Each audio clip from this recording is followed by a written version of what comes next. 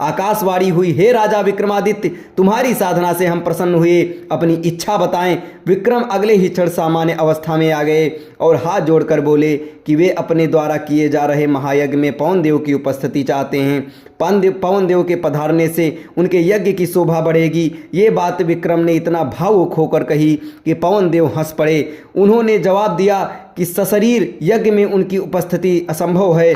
वे अगर सशरीर गए तो विक्रम के राज्य में भयंकर आंधी तूफान आ जाएगा। सारे लहलहाते खेत, पेड़ पौधे, महल और झोपड़ियाँ सब की सब उजड़ जाएंगी।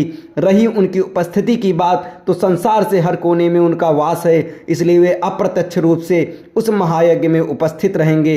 विक्रम उनका अभिप्राय समझकर चुप हो गए। पवन देव ने उन्हें आशीर्वाद देते हुए कहा कि उनके राज्य में कभी अनावृष्टि नहीं होगी और कभी दुर्भिक्ष का सामना उनकी प्रजा नहीं करेगी। उन्होंने विक्रम को कामधेनु गाय देते हुए कहा कि इसकी कृपा से कभी भी विक्रम राज्य में दूध की कमी नहीं होगी।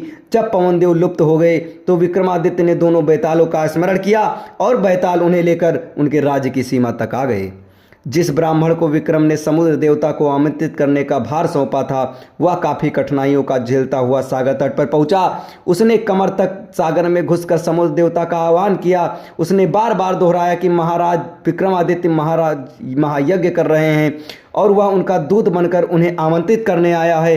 अंत में समुद्र देवता असीम गहराई से निकलकर उसके सामने प्रकट हुए। उन्होंने ब्राह्मण से कहा कि उन्हें यह उस महायज्ञ के बारे में पवन देवता से सब कुछ पता चला गया है।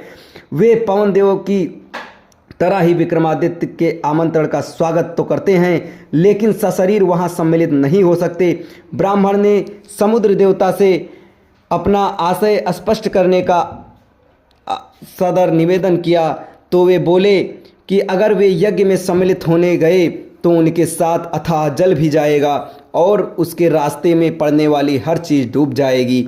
चारों तरफ प्रलय सी स्थिति पैदा हो जाएगी, सब कुछ नष्ट हो जाएगा। जब ब्राह्मण ने जानना चाहा कि उसके लिए उनका क्या आदेश है तो समुद्र देवता बोले कि वे विक्रम को सकुशल महायज्ञ संपन्न कराने के लिए शुभकामनाएं देते हैं।